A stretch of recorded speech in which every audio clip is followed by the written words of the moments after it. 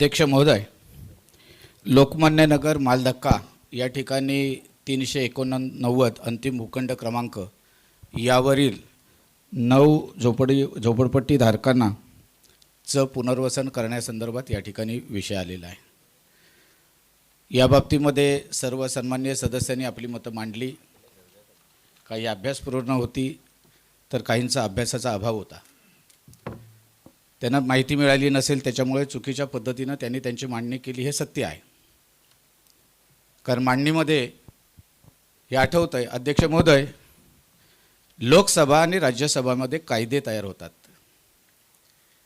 बिहारचे माजी मुख्यमंत्री, याला धरूनच बोलतोय मी, बिहारचे माजी मुख्यमंत्री लालू प्रसाद यादव यांनी थेट लोकसभेमध्ये भाषण केलं होतं। ते म्हणाले कि मेरा जन्म 1948 में हुआ, लेकिन मेरा जन्म होने से पहले 1 साल पहले अंग्रेज यहाँ से भाग गए। 1947ला किती मोठा विरोधाभास, पण तो विनोदाचा भाग झाला। तसंच या ठिकाणी हा जो आलेला आहे विषय, याच्यामध्ये परिपूर्णता असणं आवश्यक आहे आणि ते केलेली आहे। प्रधानमंत्री आवास योजनेच्या माध्यमातून आपण सर्वे केला सगळ्या झोपडपट्टीधारकांचा। आता प्रधानमंत्री आवास, त्याच्यापूर्वी राजीव गांधी आवास योजना होती, ती गेल्याच्या नंतर प्रधानमंत्री आवास योजना आली। आता प्रधानमंत्री आवास योजना 2.0 चालू आहे। या दोन गोष्टी आहेत। याला 2000 पूर्वी आणि 2000 नंतर असे एकच निकष आहेत। 2011चा काही सन्माननीय सदस्यांनी उल्लेख केला, त्याचा याच्याशी काही संबंध नाही। आता ही ज्या पद्धतीमध्ये कुष्ठ रुग्ण साठीची जी इमारत बनते G+7 26 घरांची, की याच्यामध्ये महाराष्ट्रातला पहिला प्रकल्प आहे की या ठिकाणी कुष्ठरुग्णांना आपण स्वतःच्या हक्काचं घर कोणताही मोबदला न घेता आपण त्यांना देत आहोत।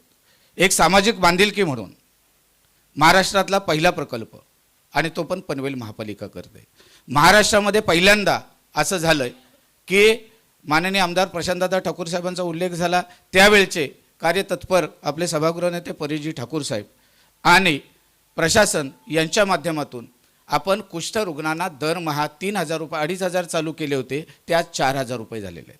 कारण त्यांना कोणत्याही ठिकाणी जाऊन सार्वजनिक ठिकाणी काम करता येत नाही, मोलमजुरी करता येत नाही, शेवटी भिक्षा मागून त्यांना त्यांचं गुजराण करावं लागतं।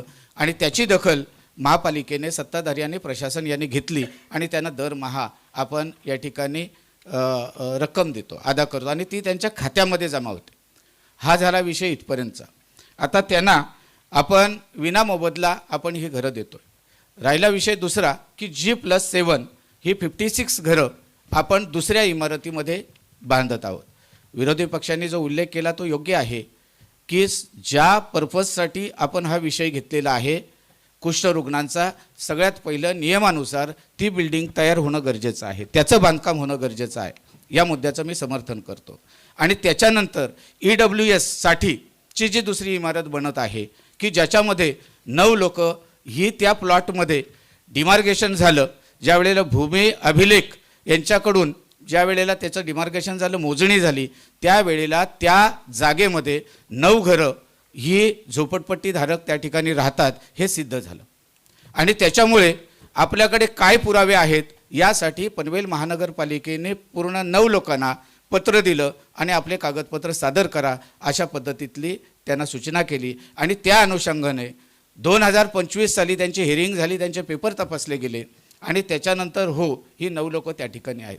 आज आपण कुठल्याही परिस्थितीमध्ये मान्य विरोधी पक्षांनी सांगितलं की तिथे झोपडपट्टीधारक अमुक रक्कम 28 लाख देतील का, तर तो असा विषय नाही। या 9 घरांसाठी जो बांधकाम खर्च अपेक्षित आहे तोच बांधकाम खर्च यांना देणे अपेक्षित आहे। आणि दुसरी जी आहेत की EWSच्या माध्यमातून अल्प उत्पन्न गटातील लोकांसाठी उर्वरित घरं आपण त्या ठिकाणी त्यांना देणार आहोत। त्याच्यामुळे झोपडपट्टी धारकालाच घरं मिळतील अशातला तो भाग नाही, तो ड्रॉ होईल आणि त्या माध्यमातून त्यांना ती घरं देण्यात येतील।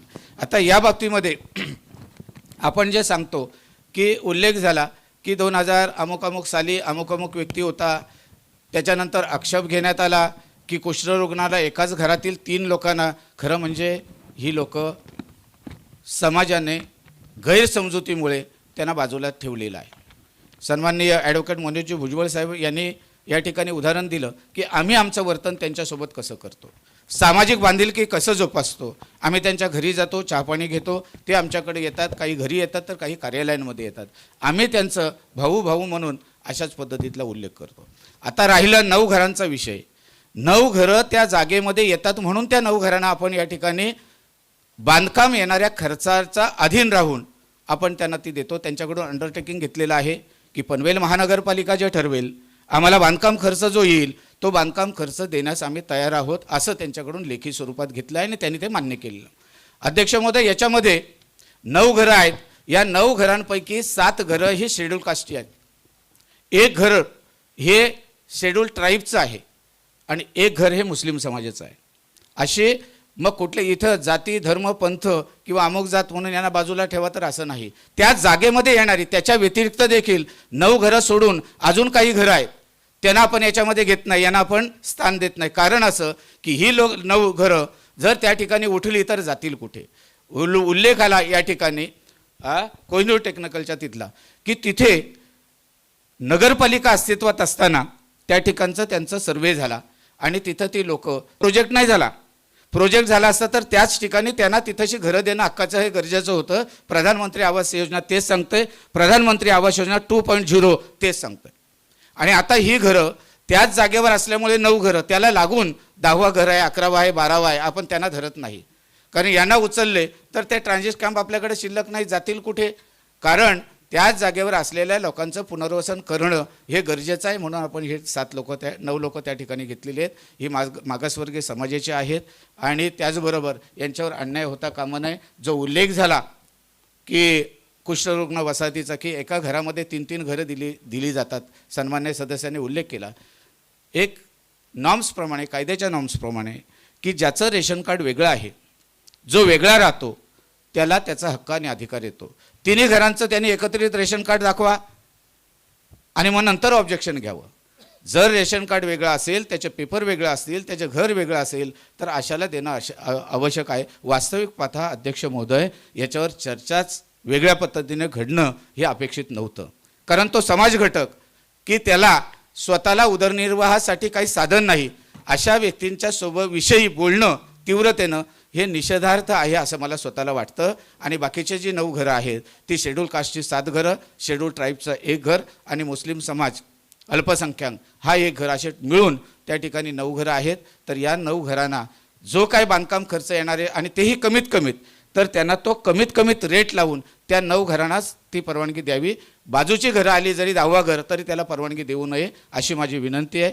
सन 2021 साली मागच्या बोर्डामध्ये जो ठराव झाला होता या ठिकाणी भाडं देण्याचा, तो झाला होता 4,000 रुपयाचा. 2021 नंतर आज 2026 आपण 5 वर्षाच्या कालखंडाने पुढे गेलेलो आहे. कुठलंही जरी घर घेतलं तरी 10% दर वर्षाला 11 महिन्याच्या कराराने त्याची वाढ होते. आपण 5 वर्षाचं याच ठिकाणी जर पकडलं तर त्यावेळचा झालेला ठराव या लोकांना 4,000च्या ऐवजी 6,000 घर भाडं द्यावं अशा पद्धतीतली मी या ठिकाणी सूचना मांडतो आणि सूचनेसहित हा ठराव संमत करावा अशी मी विनंती करतो. धन्यवाद.